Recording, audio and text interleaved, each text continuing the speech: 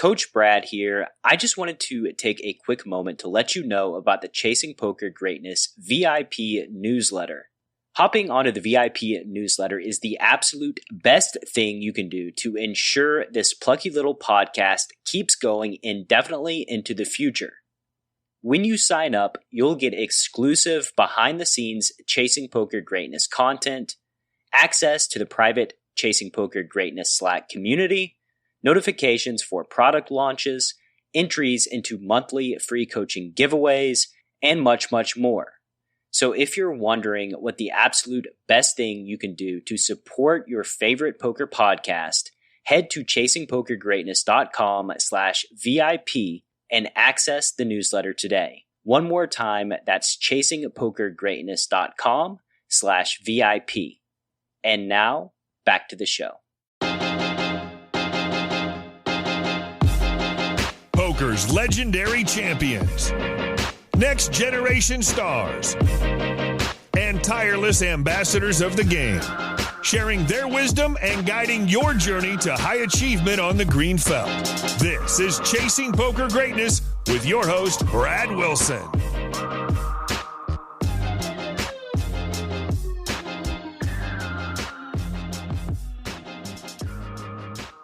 Welcome, my friend, to the Chasing Poker Greatness podcast. As always, this is your host, the founder of ChasingPokerGreatness.com, Brad Wilson, and today's guest on the show is the always hilarious and endearing Sarah Herring.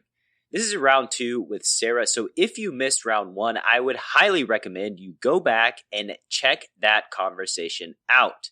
And because so much has happened since last December, and neither her nor I can contain our rabid curiosity, this is going to be a very wide-ranging conversation. As a matter of fact, I couldn't stop smiling and laughing as I was listening back to this episode so that I could record this intro. That sense of joy and happiness I feel when producing these episodes of Chasing Poker Greatness for you are honestly the reason this show is still around. So I just wanted to take a moment to thank you for listening and to also thank all of my past Chasing Poker Greatness guests for being such amazing human beings. With that said, Sarah and I are going to explore COVID, of course, her life as a new mom, and have a quick check-in with the going-ons of the poker world. You're also going to hear both of us pull a couple of skeletons out of our closets and talk about how our childhoods shaped us into the humans we are today, how Sarah suffered a very serious injury that could have been much worse had she listened to a medical professional, Sarah's experience of her and her husband being sick with COVID-19, and much, much more.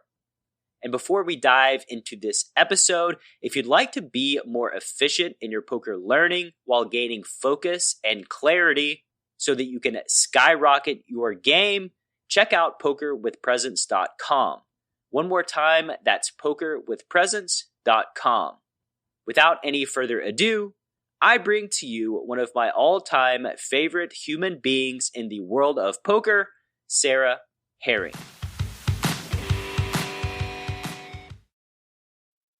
Sarah, welcome back to the show. How you doing? Thank you so much. Thank you for having me. I was pretty excited actually to see the invite. Last time you told me you were really tired because you had a massage. So I'm going to have to see, I'm going to have to really test you and see what's the real level. Yes. Now that you say that, it all comes back to me. And I actually had another couple of guests on days where I had massages and had to tell my masseuse, like, hey, I can't be completely knocked out for these. I got to perform in a few hours. But that's good. I get a do-over. I just realized that. Yeah, that's lucky for you. But don't worry, I can carry the show, no problem. That's also what I do. So yeah, I mean that's all I'm asking you to do. Every interaction that we have ever. Quite a few things have happened in your life since then. You gave birth, for one, so let's start there. Congratulations. How is it like being a new parent?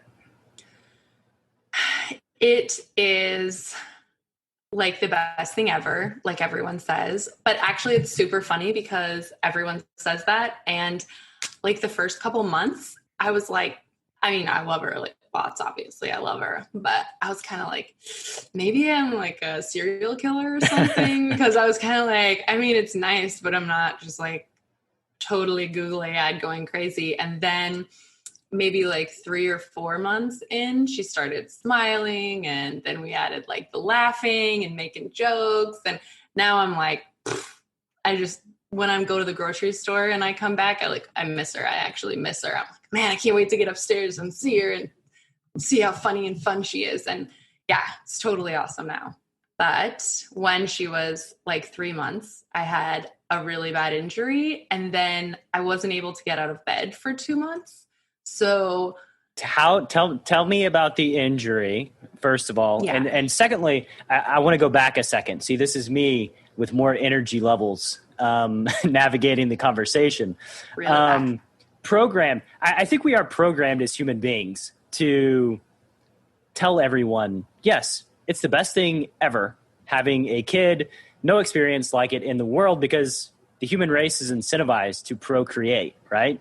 It wouldn't be, wouldn't be a super appealing thing if you're like, it's going to be awful. Yeah. You will never get sleep at night. Just a vastly overrated experience, right? Yeah. But I will say, like, enjoy these moments and capture as many of them as possible. Get them on film, because what happens is they grow up and you forget. You can't even imagine them being a baby or not being able to walk. And I know that this seems like alien to you now, but trust me, in 10 years, you won't be able to remember it. So you need those memories. Yeah, it's killing me. And actually, even because I've been back to work now since April, and back to work officially has actually been working from home. So that's amazing. I haven't had to miss as much, but it's funny because my stepdaughter is actually her nanny, and she's amazing. And there have been several things where she's like, oh my gosh, she crawled today. And she'll like show me the video of her crawling, or, she's just started doing a few things. She stands up and these things. And then I'm like, I missed it. I missed the moment. Like I was in the house, but I just missed the moment. And now the idea of like going to tournament stops or actually, traveling, being gone for weeks at a time is terrifying to me, because A, I don't want to miss the things, but B, I just don't want to miss her in general. Yeah. Good news. I don't know that traveling for tournaments is going to be a thing for a while. So you kind of dodged the bullet there, I think. Just, all it took was a global pandemic. That's what I'm hoping. But I shot the Poker News podcast this morning, and Chad just got back they had a live tournament stop in Sioux Falls, South Dakota or something like that. And then they got just record breaking numbers for that stop in that event. Like I think the record before had been 200 and something entries, and it got like 500 something entries. So it'll be interesting to see what happens. And I even mentioned, to them on that show, because they were saying, well, we'll see how it goes. But I'm like, we're not going to know how it goes, because if a bunch of people get sick 2 weeks from now from that poker tournament stop, like nobody's going to know that, right? Nobody's going to be keeping track of that or making sure. So I do think if it was a test to see whether or not the appetite is there, it clearly is. And if it's a test to see whether or not it's, dangerous or not, I don't know if they're actually testing that. Yeah, you don't have to be Albert Einstein to know that you run a tournament after not allowing people to play live poker for 6 months. You're going to get record numbers. It's not exactly a leap in logic there. It's just, is it safe? How do you find Poker News is navigating this whole pandemic? Because I assume that, they have reporters, they have staff. Like this seems like a total nightmare. It's actually been so amazing. I'm so impressed with how everyone has handled it. Basically, we all just very quickly realized, okay, we've got to come up with some dynamic, interesting ways to cover these online tournaments. We've got to work with these clients who are still going to try to run, tournaments or run cash games or whatever. And we just have to figure out new ways to cover things and make them interesting. And I actually think it brought out some really cool ideas for things that we probably should have been doing already. And we've really managed to have record numbers in terms of people on the site and in terms of people signing up for poker. So I think for poker itself, it's actually been really good. That's good. You guys are innovating, getting used to the new world. And like you said, probably doing things that you should have been doing before, but life is busy. There's not enough time to do all the things. When you get locked in your house like jail, you gotta figure out alternatives real quick. And speaking of that also, which is something we can move forward to. Yeah. But I did also get COVID in July. It's been a really crazy year. It's been a tough year. Did your husband get it? Did your family get it? How was your experience? My stepdaughter, I think. So we had all been fully cooped in here until, and we were like crazy. I mean, like in February, we started wearing masks and had like storable food and water, and we are like full on crazy prepper people to begin with. So we were like ready for everything to go down. And my stepdaughter moved here with us. And actually, it was such a beautiful God thing because she just had expressed interest in coming to Texas. And I had no idea that I was going to have my injury. But basically, she came 1 week after the injury, totally, in a beautiful series of events, which I couldn't have planned better myself. So she was actually able to help me through and help me take care of the baby. How old is your stepdaughter? She's 22. Oh, wow. Okay. So she's like able to handle things. And anyway, so we can get more into the injury stuff later, but basically she was able to be here with us. We were all here I got hurt March 5th. So from, March until the end of June, Texas opened back up and we were like, okay, you can go see your cousins. Her cousin's aunt has cancer. We kind of just assumed that, they would all be very careful and cautious because of her, needs. And I don't know, the cousin is not the same as the aunt. We don't know exactly what happened, but the stepdaughter came home with like a sniffle, basically. She took like a Zyrtec and she was a little bit tired. Her glands were a little bit swollen, but we kind of thought it might be allergies. The cousin had dogs and stuff. We thought it might be allergies. Then the following week, my husband was dead. Like he literally didn't get out of bed from Friday until Monday morning. It was crazy. I mean, I think he went pee and stuff, but. Your husband, Heath Herring, is. Yes. He's a big dude. He's a strong dude. Former mixed martial artist, has battled Brock Lesnar in the octagon, and it knocked him straight down.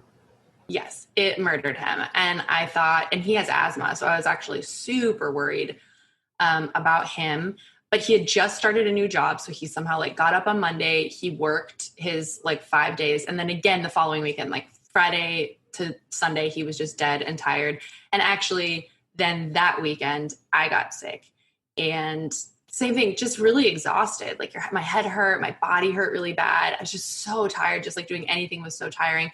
And then basically what we've discovered is that it for us, our experience was just that it manifests in tons of really bizarre ways. There was also like a major gastrointestinal phase, which lasted for way longer than I anticipated, and like fevers, which just come and go.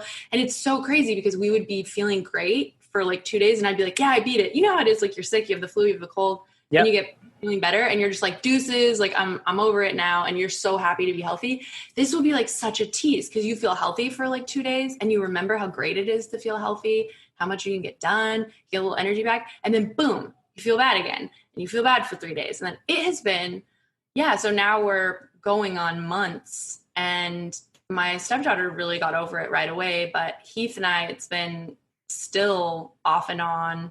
I'd actually say, I think in the last couple of weeks, we've both sort of just pushed through, but man, it's so bizarre. And then you start looking up things like, is this it? And basically everything is it. So I don't know, like everything is COVID. If you like, sweat funny, or but because of my job, I didn't want them to think I already had this horrible injury. I took off because of, having the baby. I'm like, oh, now I have COVID. Great. They're just going to think like, what are we doing with this girl? So I went and got tested, and even that, it was super hard to get tested. Like, I don't know. The whole thing is just so weird. It's just weird. And I don't know what's going to happen, but I will say the last 2 months since testing positive for the antibodies it's been amazing. It's just been so great to be free again, like just not to have any fear. And I'm pretty sure now we know it's like confirmed you can get it multiple times. And I think we kind of had some awareness of that anyways, but that there may or may not be like at least a couple months window where we could not be as panicked. And that's what I've been enjoying now for the last few months. I still wear my mask and stuff just because it's like the law and all that. And I don't want to freak other people out, but yeah, it's freak everybody out with your face. Dude, I just want to be like, I want a shirt that's like, I have the antibodies. Don't worry. Like, I'm not going to get you sick. But, people are freaked out anyways. And, it also just makes me realize it's like, I wore gloves everywhere. I had physical therapy and, I wore my mask everywhere from like February moving forward. I was so careful. And then it's just like, I still got sick. So I don't know. I wish everyone luck who's trying to be careful, but I'm kind of just glad to be over it. Yes, I am still trying to be careful and do all the things because I, to my knowledge, have not had COVID. I haven't had the antibody test, but if I was asymptomatic, then maybe I did. But I know that like one of the things that I don't think folks are thinking enough about are the long-term effects and just how little we know about what happens after, you quote unquote recover. Like, will this be a thing that affects some people for the rest of their life? And what's that going to look like? This is another thing that we didn't talk about the last time you were on the show because global pandemic wasn't a thing. And it's really bizarre how far we've come since then and how normalized, like, wearing a mask and washing your hands all the time and doing all of these things every single time you get out in public has become. Yeah. No, and it's really freaky actually, honestly, because now occasionally I'll forget, I'll leave my mask in the car or whatever. And then halfway into the store, remember, oh my gosh, yeah, I need that, or into the restaurant. And it's funny because there's parts of it that it's super bizarre. Like seeing a winter photo with someone in a mask, it looks like they're there to rob the place, but now that's normal. And if you're not wearing a mask, you're there to rob the place. And, but also it's so crazy because now that I've had it, I'm less afraid, right? So we've gone to restaurants and stuff in the last month or so. And it's this ridiculous kabuki dance where you wear the mask when you walk in and then you remove the mask when you're at the table and then you put the mask back on when you leave. But I mean, realistically, we just went to a Brazilian barbecue this last weekend. And I mean, they're literally just putting the meat, like they have to slice it right in front of your face. And I was just like, this is such a funny dance that we're doing where it's very clearly the illusion of safety. I mean, it's the same thing in the airport, right? Where it's like, okay, like do the TSA check, whatever. Really the illusion of safety is hysterical and not probably all that effective. Yeah, don't get me started on the theatrics at the airport. I think this every single time I'm getting checked for all this stuff, all I think is like, this is just a mirage. All of these people and it's spending their life as actors on a stage just to make us feel more safe. Yeah, 100%. And you're right about the long-term effects. And it is terrifying because there are definitely studies and things that are indicating that there's potential long-term effects in all parts of the body. That's what's so bizarre, neurological damage that may be long-lasting. And every time I get like a twitch in my eye or something, I'm like, it's like my retardation from the Rona coming. But, at this point, I don't know. It's I think looking back, if we wanted to maybe think more cautiously about this gain of function testing, like maybe it's not the best idea. Maybe it's like a kind of gamble we should or shouldn't have. I do think it's probably a conversation we should have as a culture, but really at this point, it's like the cat's out of the bag. So we just have to, I guess, deal with what we've been given. Yeah. The time to deal with the pandemic is months before it happens, not 6 months after the genie's out of the bottle, because it's out of the bottle now. And no matter how much we want things like sports and football and going to a concert or going out to dinner, it's just not going to happen because we want it, right? We have a massive problem that we got to solve. Yeah. Hopefully we can solve it. Well, it'll get solved one way or the other, I guess, on a long enough timeline. Yeah. Going back, so you horrendously broke your leg. Can you tell me what happened? What's the story behind that? It's so crazy. And I'm actually still concerned that maybe I have some sort of like larger issue. I've had some people reach out to me after telling my story and said, maybe I have celiac disease or maybe I have some other thing. Apparently there's some diseases which manifest in this way where your bones just like snap apart. But basically I was my mom and my grandma came to see the baby. And so we rented a little Airbnb on a lake close by me. And it was beautiful, called the Tree House. So it was kind of like nestled up in this hill on a lake. And I was so, PG-13, just there with my grandma and my mom. I was going to take pictures of my mom on the pier. Where's the 13 aspect of it? Why is it? Because like I probably cussed and stuff. You've got to give yourself a little element in there because it's me. Yeah, but I wasn't like drinking or going crazy. Basically, I just was walking down this. It was like a pretty steep path, and granted, it didn't have any rails to grab onto, but I just. There had been a big storm. I think there was some pine needles and stuff on the path, and I just slipped. And it was like such a non-moment, right? Like my mom was like, "Are you okay?" And it's just one of those things where you're like, "Yeah, what an idiot." And like I went to stand back up, and I couldn't stand at all. And so I obviously looked at my foot, and it was just like dangling. It was like my foot was just like hanging, and I could actually see like the bones. They weren't like protruding through the skin, but you could clearly see the two, like your tibia and your fibia, like just there. And then like the foot was hanging. It was pretty grotesque. And so my mom went and got Heath, and we were like, okay, we have to go to the hospital. And of course we were like equidistant between two hospitals. It's just these dumb things, right? And that you don't even consider, like, what do you do if you're somewhere random and you're unfamiliar with the sector? And we just, like flipped a coin basically and went to one of the hospitals, and which was 45 minutes from where we were. I cannot even tell you like every single bump we went over. I was like, oh, but I still was kind of in shock. Honestly, I didn't cry, or I kept saying, because I had just had the baby a few months before, and I did that without any drugs. And I was actually like, this is less painful than giving birth. Like, no question. Like, giving birth is way more painful than this.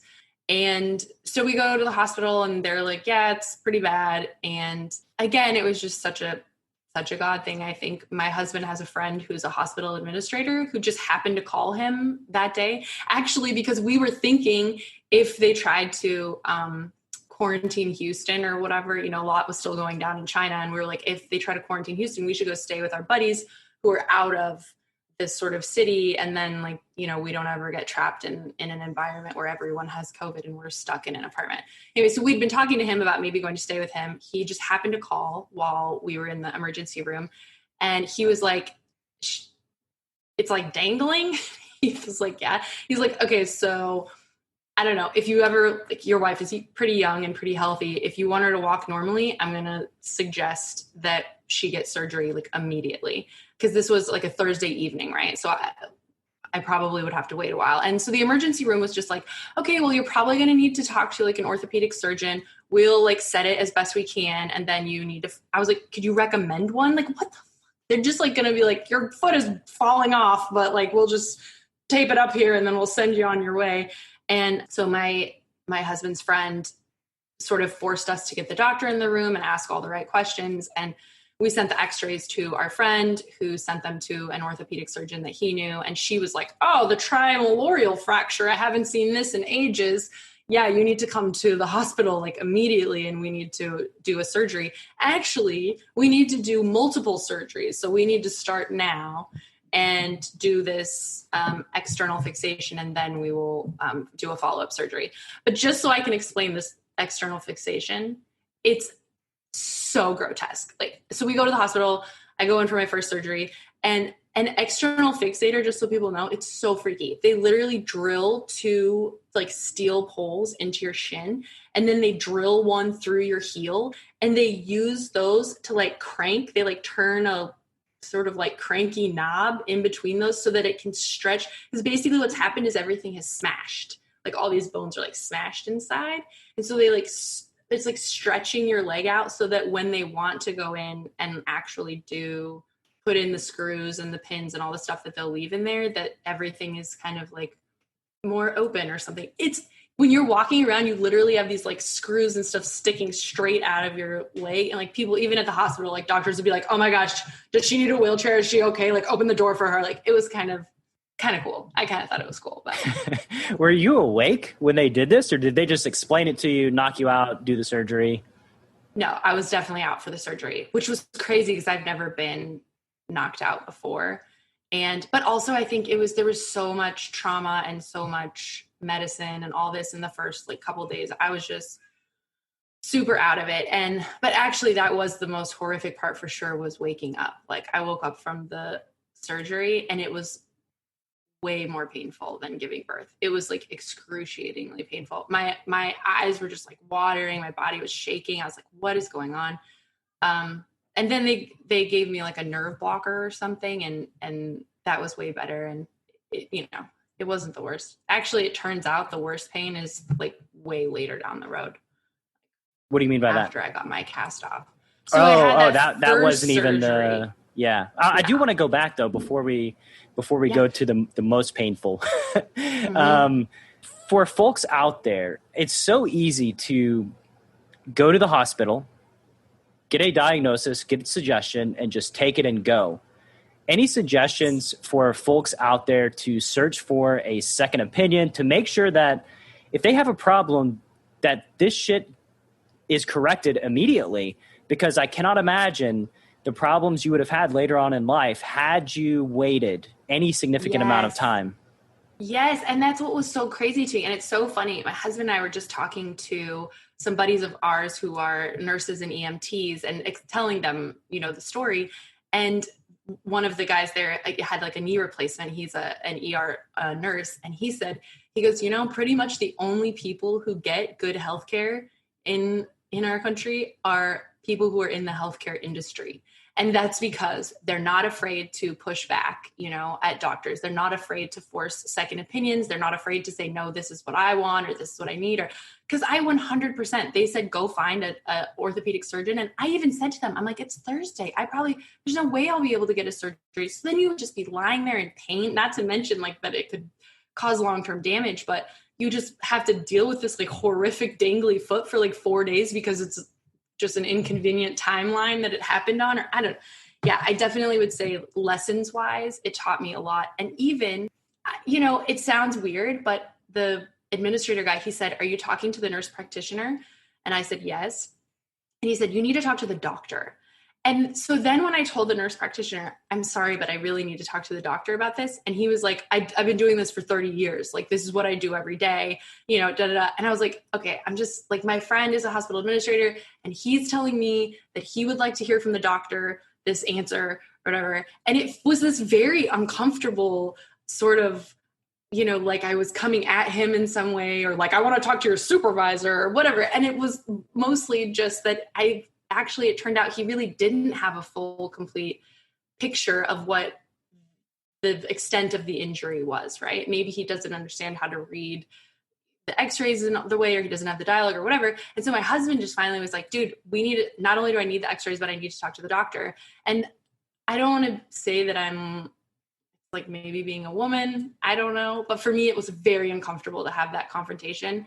And so then when my husband came in and was just like, we need to talk to the doctor, blah, blah, blah, blah, blah. And then they did it. It was kind of a relief. And I realized I probably would have just been like, oh, okay, if then okay, cool. So 2 things there. And this fires me up. Number 1, if you're in the medical industry, don't do things just to pacify your own ego in a situation that has lots of consequences for someone down the road. I think, number 1, that's pretty much bullshit. Number 2, the type of person that believes they have the answers and is resistant to seeking out somebody who can potentially give more information is not the type of person that you want to trust.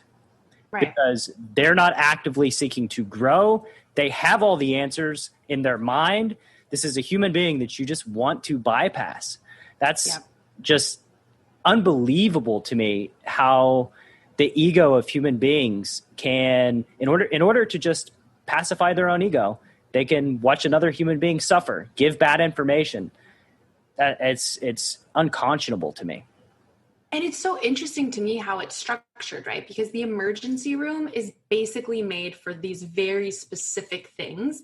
And yet almost everybody in a situation like mine, that's where they're going to end up, right? So an emergency room is most effectively used to like stop your bleeding, maybe like fix you if you have a heart attack. Like there's just strokes, like there's things emergency rooms are just made to deal with, but like severe bone traumas or, like severe things that happen with your extremities, they're just not really effectively able to handle those types of things, nor do they really know that much about it. So I was like, maybe there should be an infrastructure where they could say, hey, and also we have an orthopedic surgeon on call who could help. Like, it doesn't seem like that much of a stretch, right? If my hospital administrator friend could do it. And then it makes me think, of course, for me, it went to this sort of next level thing, which scares me the most about, I am so far from being a socialist. It's ridiculous. But I can see when you're like, oh, we know the right person, so we get the right care. That's really a scary place to be in sort of a culture where we just agree like, well, if you know the like top of the line hospital people, you could. And I straight up bypassed. I was terrified of COVID. And I made that very clear to everyone. It was the beginning of March. So the nurses didn't even believe it was a thing yet. It was so funny. They were like, it's like the flu. I was like, honey, it's not the flu. I don't know if you've paid any attention, but so I came with a mask on to the emergency room. And I said, I do not want to be in the waiting room at all. Like, I'm not going to sit in the waiting room. So they like had a nurse meet me in the outside and like drive me straight in. And that's because my administrator friend was like, this is what you're going to do. And you're going to take care of her. But like, would I have had that type of care? No, I would have been sitting in the waiting room with all the other people who probably, some of them have COVID at this point and don't know it. Right. For sure. It was scary. It was really scary. Unfortunately, this is just a fact of the world that we live in, that you need to know the right people, or you need to be really good at asking questions that will get you to the right people.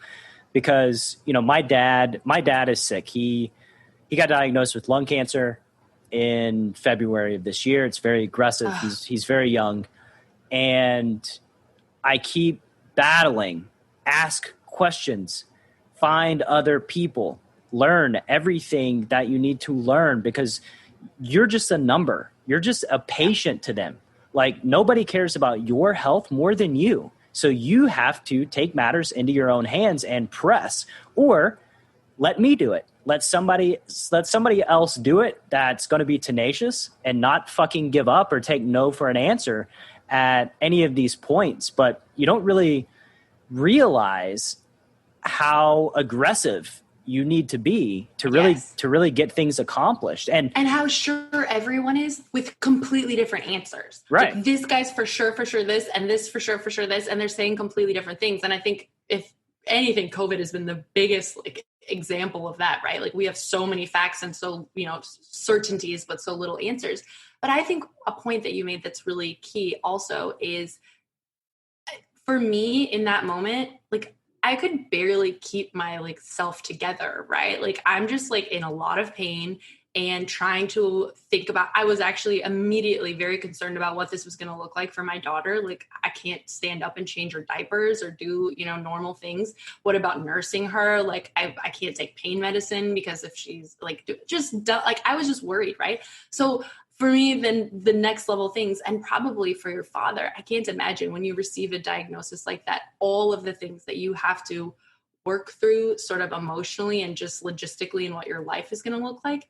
Sometimes probably the most effective thing to do is have a third person who can look at things objectively and who isn't dealing with quite the same amount of reconciling with, this like what this new life looks like, and have that person be your advocate. That's probably the best case scenario for most people. I agree. It's because like you said, you're dealing with a lot. You're dealing with a catastrophic injury and you're trying to hold it together. Going back to the point about them not being really prepared for major bone injuries. By the way, we got to relate this to poker somehow. I don't know. This is technically a poker podcast, but it makes sense to me why this is the case, because it's mostly life or death situations that they're trained to handle.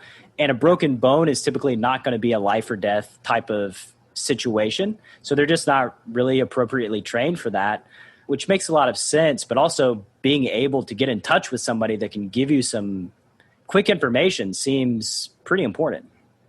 Yes. And really, text message the administrator sent the texts of the x-rays, like from a text message. She was able to be like, oh yeah, it's this, and like she needs this to happen. And I was like, that sort of access does not seem that complicated to be able to arrange or work out, especially with how, sort of interwoven the hospital system is at this point.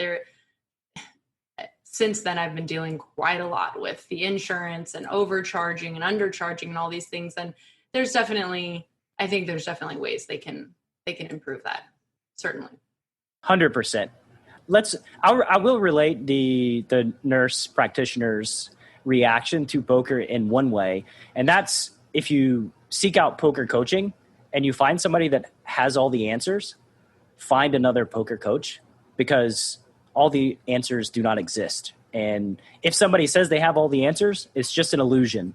It's their ego puffing them up in a way that makes them unreceptive to upgrades. So anyway. And that's like the most basic, right? Philosophy is like, the more you know you don't know. Right? And the older you get, the less sure you are about things, because you know that you don't know anything anymore. Like, it was great being 20 and being like, I got all the answers. And then like the farther along you get, you're like, oh my gosh, I know nothing. Like, someone help me. Yeah. You reach a point in your life where you go from being certain about everything to only being certain that you don't know anything and that everything is subject to analysis. Yeah. You've heard me talk early and often about how improving your awareness while you're playing cards so that you make better decisions in the moment and notice trouble spots that merit deeper consideration is one of the most valuable things you can do to make more money on the felt. In my conversation with the only 4-time WPT main event champion ever, Darren Elias, he told me that his ability to shut out all of the distractions in the world and fully focus on making great decision after great decision is his superpower he most attributes to his success. And you cannot improve your awareness at the tables without being fully present. When you learn how to stay fully in the moment on the green felt, you can finally have a clear path to becoming the absolute best version of yourself, which leads me to Jason Su. Jason is one of the foremost authorities on the planet when it comes to playing poker with presence. As a matter of fact, he even wrote the book on it. Here's a direct quote from Nick Howard at Poker Detox on Jason's ability to help you stay focused. Quote, Jason's work is a new paradigm in poker and performance. End quote. And these aren't just empty words. Nick has put his money where his mouth is by hiring Jason to coach up the Poker Detox crew. And as a loyal listener of Chasing Poker Greatness, you know by now that I would not be promoting anything I didn't 100% believe would improve your poker skills and your life. So if you want to master your emotions and perform at your peak with presence while doing battle in the arena, you'd be doing yourself a grave disservice if you didn't check out Jason's work at pokerwithpresence.com. One final time, that's pokerwithpresence.com. So how are you doing with your leg? Are we walking around? How's recovery? Yeah, so I'm walking now. I walk every morning with my husband, which is actually, there's been a lot of really positive things that have come from this. I think I'm a person who I'm an overdoer for sure. I'm super busy all the time with things. I always feel like I should be doing something. And why do you think that is? Let's stop and let's kind of go deep in the psychology. Why do you think you're somebody that does a lot of things? That's a very interesting question.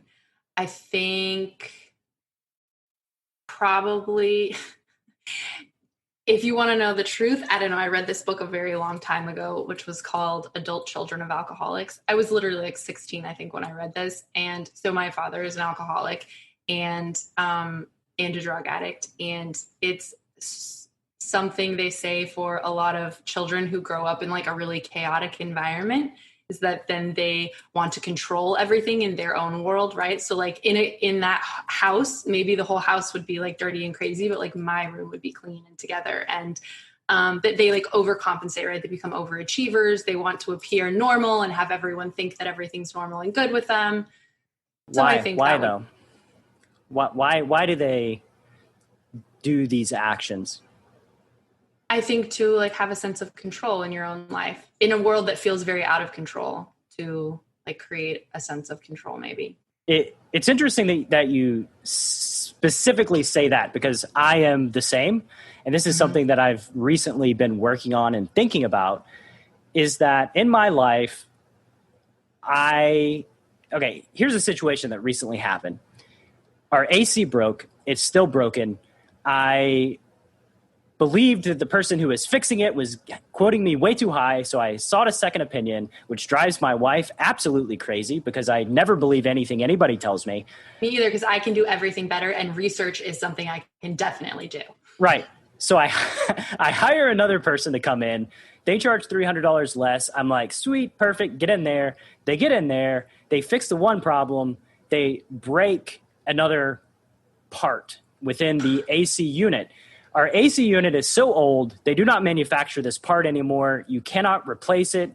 Now we need a whole new AC unit. So I'm sitting there digesting this news. Like, my wife's at work, and I'm realizing that I now have to tell her that I annoyed her by finding these other people. I paid $450 for my AC to be broken irreparably. And I'm just so mad. Like, one of my students texted me, Thomas, and he's like, hey man, what's up? We got to meet up today? And I'm like, dude, I can't. I'm so mad. I can't even see straight. Like, I'm just so angry.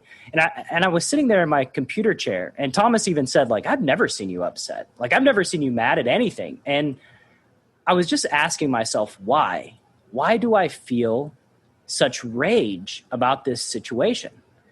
And I kind of just sat with the feeling, of not being in control. And I realized that control is something that I've gone out of my way to have my whole life. And I realized, for me, it stems from, like you said, a chaotic childhood. I love my mom. I will say that when I was in high school and when I was in middle school, if I had a half day at school, so I get picked up at noon, my mom would not show up at noon. She would show up at... Mine either. Yeah, I'd be the last person there. The teachers would babysit me and feel sorry for me. I would wait outside by myself for hours every time without fail. One time I tried walking home, which was about a 6-mile walk, and I got picked up by a random stranger who took me home. And I've just realized that, like, that feeling of unworthiness that comes from not being able to count on an authority figure created such emotional trauma in me that I never dealt with. I never sat with this feeling and tried to heal it and said, it's okay. It's okay. What I tried to do instead was to never have that feeling again, which manifests in controlling every aspect of life and feeling like I have to do everything. I'm not going to count on anybody, because if I do, I will feel the way that I used to feel sitting out in a chair waiting for my parent to pick me up. And that was unacceptable. So anyway, I just wanted to share that story. I'm fully with you. I'm literally remembering myself like sitting out of the apartment complex crying because I'm like, I'm 45 minutes late to softball practice. I'm not going to get to play because I didn't go to practice. And I'm just like waiting for my mom. Like, why are you not here? Like, how come I can't just get myself there? Which I eventually did. Like, I started driving when I was 15 just so I could go to softball practice and get places on time.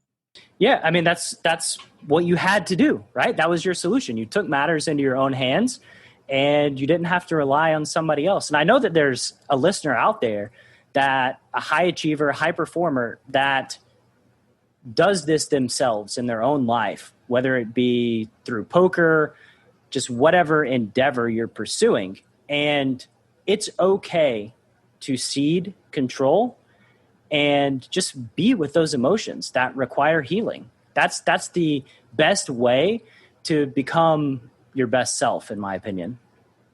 And what was very shocking to me in this situation, for an example of not being able to control basically anything.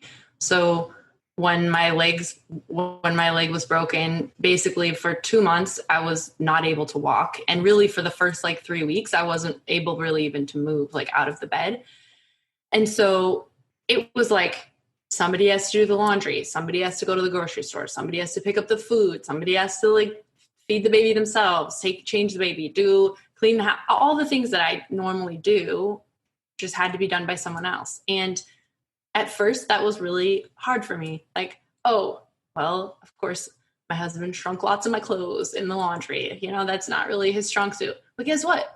It was fine. Like, I just didn't wear those clothes anymore. And I wore the clothes that like worked out good in the washing machine. Or, with the grocery store stuff, wasn't maybe the things I would have got or cooked, but everything was fine. And it was actually quite nice to not have to like think about cooking or doing. It was interesting to me to realize that sometimes relinquishing control means knowing that it's not going to get done the way that you would do it, but just not doing it sometimes is its own pleasure, right? It's its own joy, just sitting and being. And it was really good for me to not have the option for a while of doing it. Yeah, it wasn't a choice. Probably better for your long-term relationship with your husband too. That he's going to be there. Something catastrophic happens, he's going to be there every step of the way. He's going to show up. He's not going to leave you hanging. Yeah. No, for sure. For sure. And I think it's, like you said, just like sitting and being present in your feelings sometimes and like recognizing them and trying to get to the root of them. It's been an exercise for me for sure. And I think it was especially with my daughter, and it's something I still struggle with. I'm just a busy person in general. Right. And so just sitting always and being fully present with her, I don't know that would have been my natural go-to all the time. And this just not being able to get out of the bed for a few months really forced me to realize how important it is to just sit and be present with her.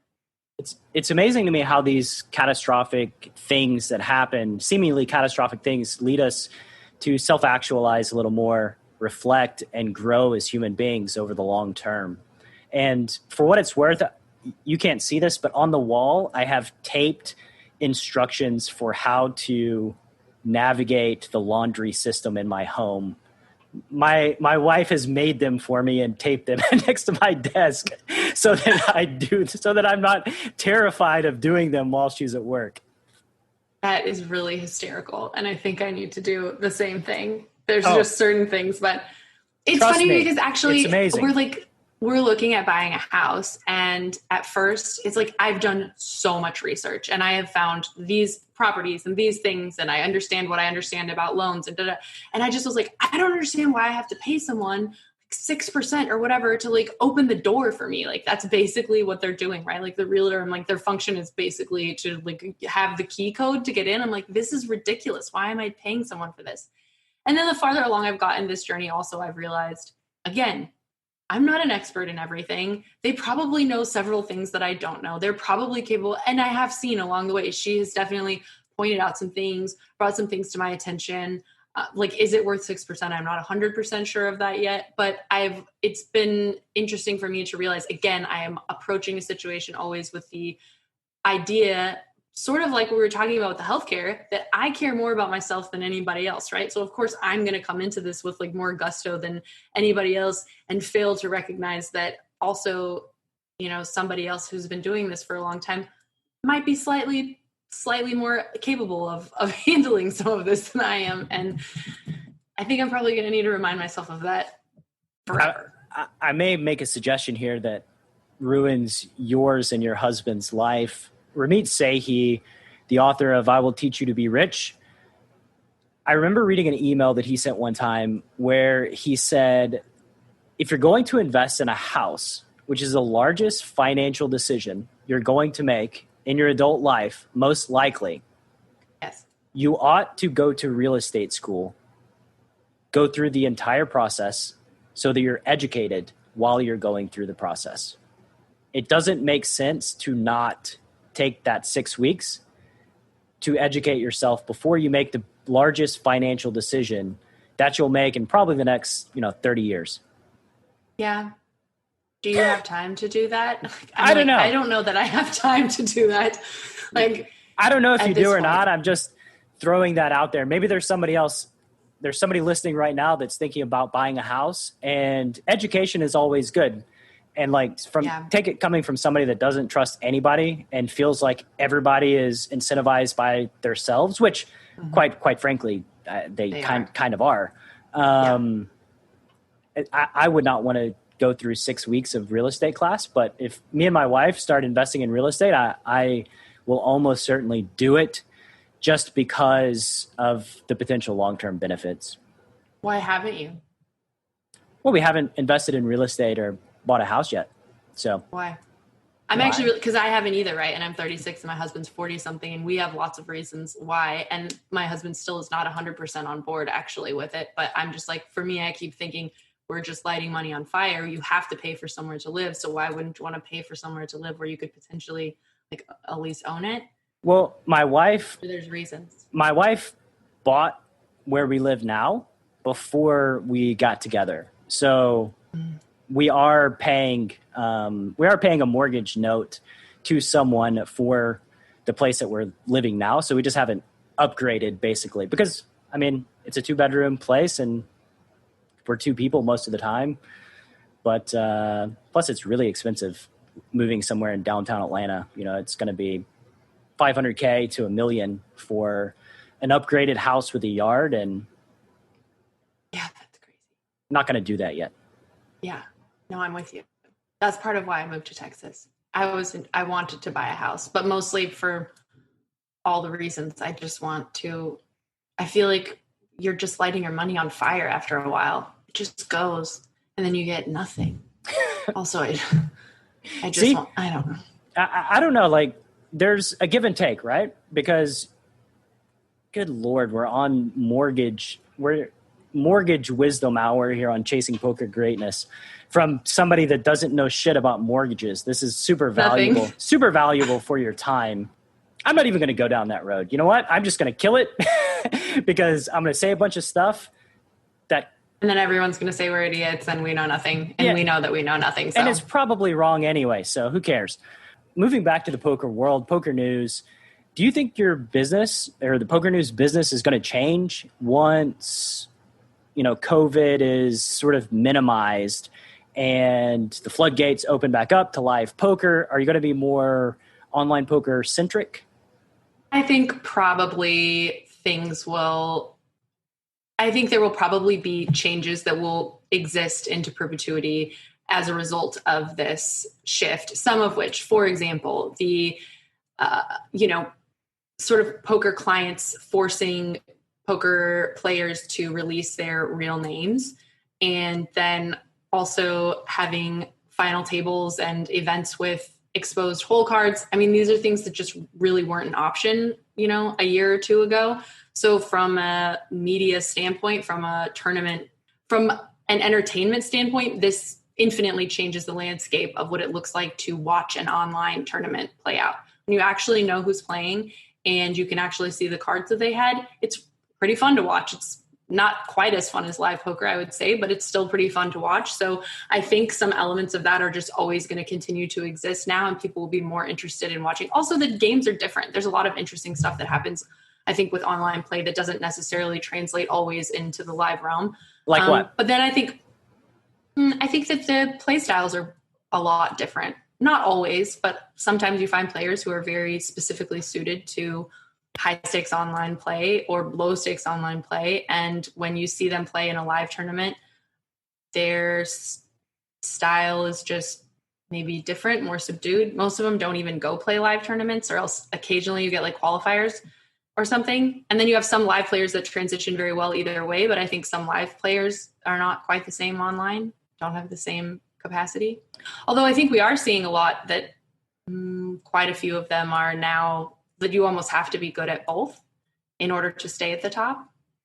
For sure. But there's still a lot of online sickos that I don't ever see at live tournaments. And it's interesting to watch them play because I think maybe it's like a sociological thing that there are sort of ways that people play live and they tend to sort of follow trends and do things sort of similar. Things shift a little bit and then oh, we min raised for a little while. There was like a time where it was like normal to 6-bet shove with like nothing. That was maybe like 10 or 15 years ago. But people just have these trends in live poker, and they sort of, generally speaking, people start to just do a lot of the same things.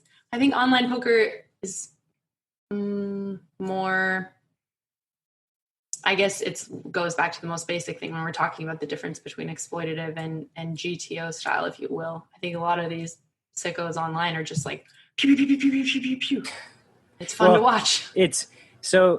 I think there's a number of reasons, and I think biology is probably the number one, and that's, there's an ambiguity effect. It's a cognitive bias in human beings, and what it does is it dissuades us from doing something where we don't know if it's going to be a positive outcome or not.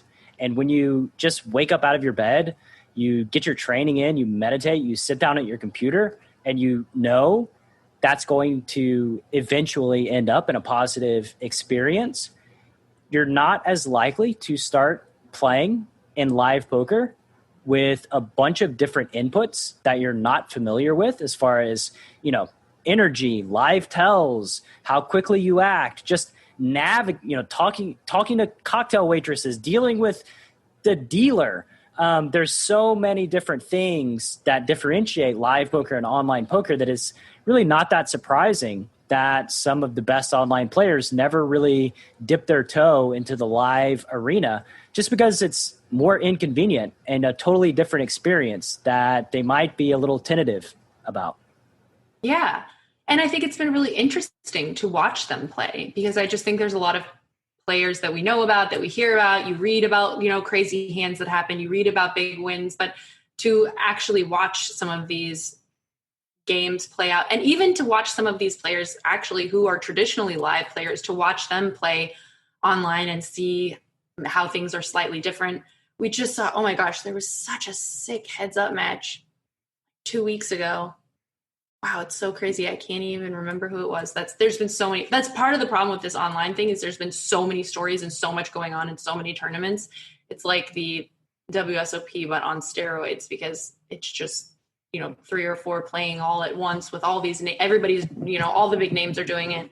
But so, I think that's going to exist now. I think people enjoy it. We've realized, I don't know that people would have been as excited to watch online poker as they have been, being that it's the only thing available. And now I think that we've seen it, it's like, oh, actually this can be really fun and interesting too. So I think that will keep going. And also we've, like, even Poker News, we've got now like a Discord channel, and we are, streaming a lot of the tournaments ourselves and, commentating. And I just think there's going to be a more digital element, more digital platforms that will keep going because of what's happened, because we've all had to communicate and, exist from our own homes for the last few months.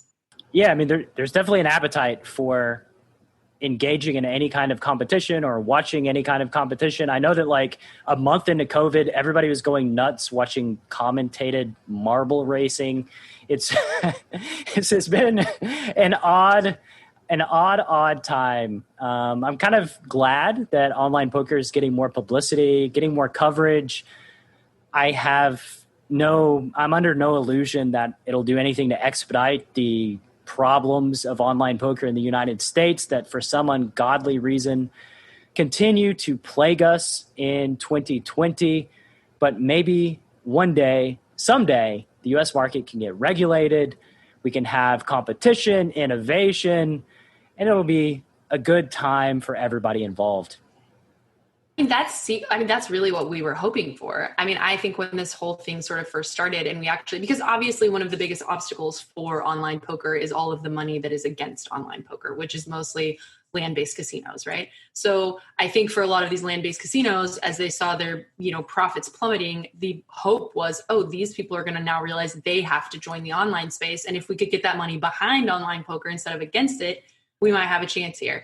But as things have started to open up, I think maybe they're focusing more on how they can open up what they already have and how they can follow these different security measures or whatever it is. But I think that if they could maybe siphon some of their resources into focusing on how to build more of their online presence, it would probably be the best choice in the long run for them and of course for online poker.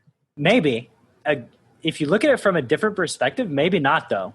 If you're a strong, healthy casino owner, mogul, like, Mr. Venetian guy, are you really more incentivized to introduce something that could help smaller casinos that are struggling navigate the pandemic? Or are you incentivized to just watch them all drown and basically bleed yourself so that there's less competition when everything opens up? I don't know.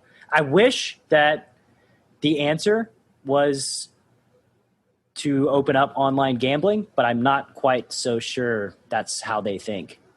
I mean, the long-term effect, probably the longest lasting effect we will see from this virus, almost certainly, is that all of the wealth is going to be consolidated amongst all of these very large businesses that are able to sustain and withstand. And yeah, for sure, it's a huge consumer grab and a huge money grab for all the biggest. I mean, who really has benefited the most? Probably like Amazon, Zoom, Walmart. I don't know, Zoom. Yeah, which is like fully stealing all. What is it like supposed to be? Just like stealing all of our information? I'm not sure. I'm not going to look into it. I've been using Zoom for years and I just don't want to know. Me too. Taking the ostrich approach. Yeah. But yeah, the companies that are built for survival and have enough money and are able to navigate the government process of getting these loans and all of this stuff, they're the ones who are going to survive. And we don't need more consolidation at the top, to be frank, as a society. It's not a good look when I believe it's like the top 1% controls 40 or 50% of all the wealth in America. Like, I never used to think that I was a socialist. However, that one statistic has really made me rethink some things. That gap is only going to get larger as the pandemic goes on. Certainly. And has been getting larger somehow in the midst of lots of crises. I would like. I think that's another interesting thing. Yeah, let me propose this. I had this thought. I tweeted it out a few months back, but I had the thought: isn't it curious that the folks who would benefit the most from more socialist policies are the exact people who hate socialism the most? Do you think that's curious? Maybe. It depends on who you think would really benefit. The poorest people? I think a lot of poor people are into it. I mean, I'm poor, but that's interesting, right? So like you think it, right? But then when you look at some of the ways that it's handled, as we know about any government and as we know about power as a whole, if you put power in the hands of a very specific, it's really bizarre. So I was just reading, I've been getting into these weird history books, and I was just reading this history book, which was essentially talking about, China's shift to communism, but through the eyes of this like young girl and a mother who were telling their memoir of, what life was like in Shanghai, sort of before and after this like beautiful, glorious, glamorous, crazy life. And then sort of how things shifted and how fast they had shifted. And it was interesting to see. And of course, I mean, I've read things about, what happened in Cambodia, books about what happened there, and things in Russia. It does seem very clear that one of the first things that happens is that these people who gain power, the ones who end up being put in a position of power within the government, do end up with pretty much all of the wealth. And then everyone else is very poor, just like subsistence. And this is communism, right? But I think it's interesting because the ideas were perpetuated on the idea that everyone would partake and share and give and receive. And yet almost always it seems there's a very small and elite group of people who end up still wealthy. Which is exactly what's happening problem. Now. Right. Yeah, no matter what. That's what it means. I mean, I feel like it's interesting because I think like the founding fathers of our country did everything they could to try to keep this from happening. And just seems like this is the nature of the beast over and over again in tons of different systems and tons of different like ideological approaches. It tends to appear that governments will almost always. Well, it's people, right? It's a people in my opinion, it's a people problem. I watched a documentary on HBO, McMillions, and it was about how this one dude scammed the McDonald's monopoly system over the course of like 10 or 12 years and stole something like $20 or $30 million. There was no legitimate winner of anybody who played McDonald's monopoly game for 12 years straight. There was no legitimate winner. And at the end, they're kind of wrapping things up with a summary. So dude goes to prison for 3 years. For sure. 3 years. And I'm like, my wife and I are looking at each other like, Jesus Christ, like white collar crime is lucrative. Like what's the downside to white collar crime? And was just kind of blown away, right? And then I started thinking about it more and more. By the way, this concluded like a major FBI investigation. God only knows how many resources they poured into figuring this out, solving it, all the stuff. And I realized after thinking about it, the people who are likely to commit white collar crimes are also the people who are writing the laws to deal with white collar crime. So it makes absolute sense that you're more harsh on dealing drugs. You're more harsh on all of these other things, but not in an area where it involves scamming people, stealing from corporations, and generating money. And that was just it was kind of like a little aha moment that I had. Oh, of course, the people who make the laws and are likely to commit these kind of crimes, or know people who are likely to commit these crimes, right? It may not be that you are going to, but a businessman who gives you millions of dollars to your campaign, you're going to take care of him and protect him in case shit goes down. So that's it. That's what I'm saying about the governments and the corporations. There are many different structures, right, of like ways to end up in this type of a situation. But ultimately, the people with the money are going to connect with the people with the power, because the people with the money, like after they have money, what do they want? Power, right? So like somehow these always come together. Yeah, always. There's an easy solution. And I've said it, I don't know if I've said it out loud on the podcast, but I've thought it many times. And my dad thinks I'm nuts. Just pay the politicians like $5 million a year. Just pay them all an exorbitant amount of money so that they are incentivized to stay elected and get shit done. And they are not incentivized to take bribes and position themselves to get wealthy directly after their term ends. Like, these guys need to be incentivized to take care of their constituents, not incentivized to take care of the corporations who are backing them. And if you just I promise it'll be cheaper over the long run if you just pay them all $5 million a year. Everybody will have a better experience. The amount of money that is wasted, we could for sure do that, and it would be no problem. There's literally, oh my gosh, what's the number? Catherine Austin Fitz talks about all the time. Right now, there's something like $92 trillion that are just like unaccounted for, like openly agreed to and unaccounted for. And when people don't even think about like what $1 trillion is. Because there's human beings can't even conceptualize money after it reaches a certain point. I know that like during the bailout, there were all of these Twitter arguments talking about money that was going to like theater in New York. And it was something like $100 million. And people were just up in arms and going nuts. And I'm like, this is like 0.001% of the package that you're bitching about here. Like $5 million here or there. This is $1 trillion bailout package. Like, why are you so consumed? A trillion. No, it's crazy. And it's $21 trillion is missing from the US government, openly and agreed to. Like, this is what the Department of Defense is willing to say. We do not know where $21 trillion is, which is, just to put into perspective, it is $65,000 per person who lives in this country. When you think about what we pay in tax, I mean, it's just like they could literally give us $65,000 each, and that would just be the money that they're saying right now. Yeah, we don't know like what happened to that. We know what happened to it.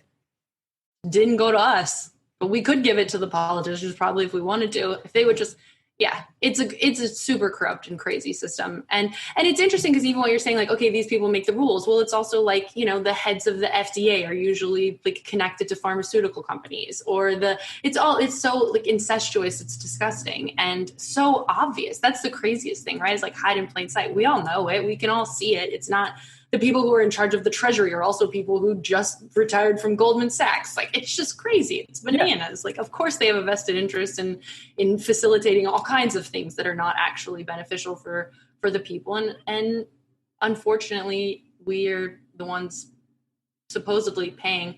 To be honest, also the 21 trillion probably doesn't even exist anyways. It's just like the Federal Reserve is just like printing money. Now they don't even have to print it. They can just like push buttons and then I'm trying to get a loan. And then you think about that. It's so crazy. They're literally like loaning us our own money at these like ridiculous interest rates and then charging you. They don't even have the money. I don't have the money, but neither do they. The system is a scam. And I think as you get older, the more and more you think about it, the more and more experiences you have, you realize, oh, this system's just a scam. Like my friend in LA said, he said, you know, I'm doing well. I'm not so successful now that I don't have to pay taxes, but I know people, I'm getting there. And if you think about that, like Amazon paid no taxes. People when I tell people that, they're like, what? That doesn't make any sense.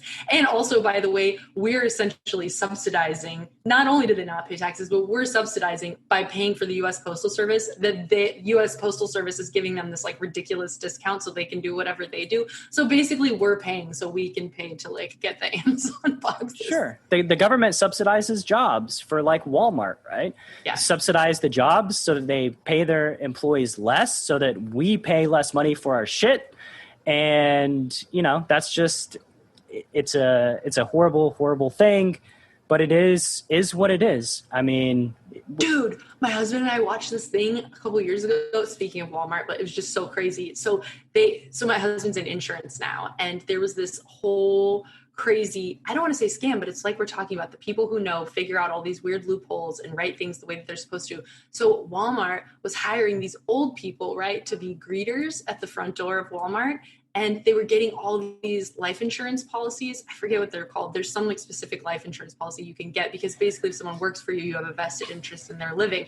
They were getting these like stupid life insurance policies on these old ass people working at the front door and then making these massive amounts of money. I mean, you just think like Walmart probably has enough money anyways, but somebody was like, hey, I've got an idea here. Like, let's figure out this other weird thing. And I mean, it's just a weird system, and somebody is always figuring out, you know, what's the best way to sort of like scam everyone and work around everyone. And yeah, when the goal is just to maximize money, these are the terms in which you play the game.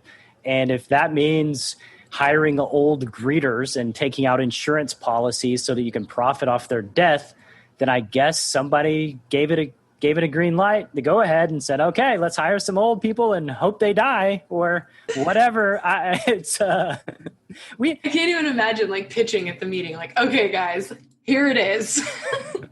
And then someone was like, yeah, I'm sign on for that. There's a human right now that is existing and breathing who had this idea, wrote it up, pitched it to his boss. His boss loved it. And then it just went on from there. And it was a policy that got instituted, which is kind of mind-blowing if you really think about it.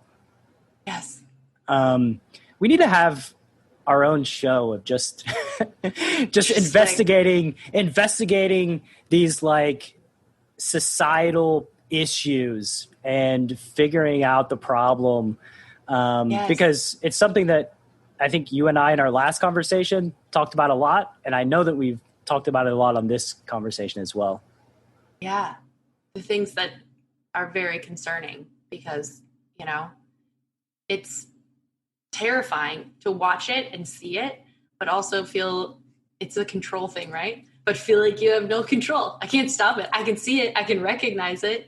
I don't want that for, you know, my daughter or whatever, but I can't fix it. So the best thing I can do is just research a lot about it. Exactly. We got to have control. We're driven by control. Sarah, I know you have a house appointment to get to.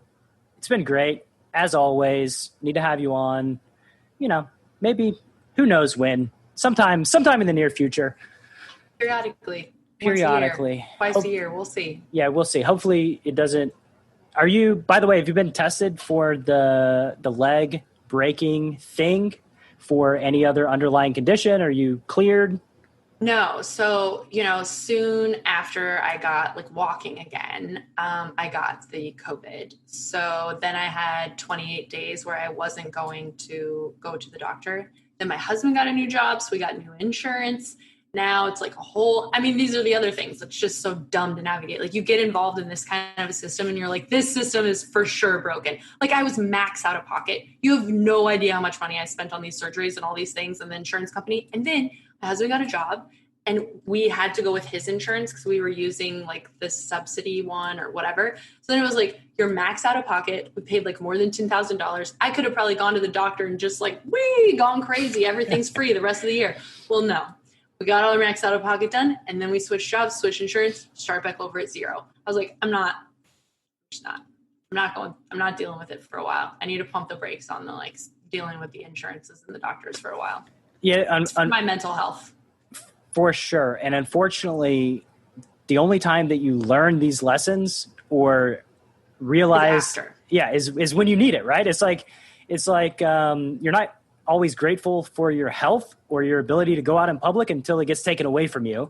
And then you realize, oh shit, this is something that I should have been grateful for. Well, you don't know how to navigate the hospital system, how to interact with doctors or nurses or get shit done in healthcare until there is a problem that forces you to go through it. And then it's overwhelming and it sucks and it's a little too late. Let me give a tidbit of advice.